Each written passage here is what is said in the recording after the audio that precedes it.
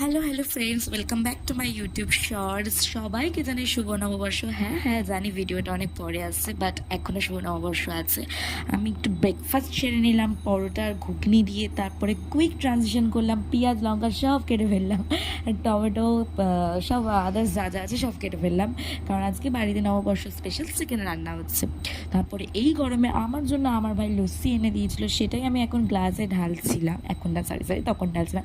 এইটা দেখে আমার এখন প্রচণ্ড তৃষ্ণা পাচ্ছে, যেহেতু এই বেচারাটা আমার জন্য গরমে লস্যি নিয়েছে, তাই আমি ওকেই একটু ফার্স্ট টেস্ট করতে দিলাম যে খা খা তুই খা। তারপরে আমি একটু রান্না করে চলে গেলাম মাংস কষা দেখতে, কারণ এইটা আমার দেখতে খুবই ভালো লাগে। তো সব মাংস টাংস কষা হচ্ছে, ততক্ষণে আমি স্নান টান করে এসে পুজো দিয়ে দিলাম। পুজো টুজো দিয়ে আমি খেতে বসে পড়েছি ভাত আর চিকেন নিয়ে। অবভিয়াসলি আজকে চিকেন রান্না হয়েছে। তোমাদের যদি ভিডিওটা ভালো লেগে থাকে লাইক আর সাবস্ক্রাইব করে দিলে আমার চ্যানেল।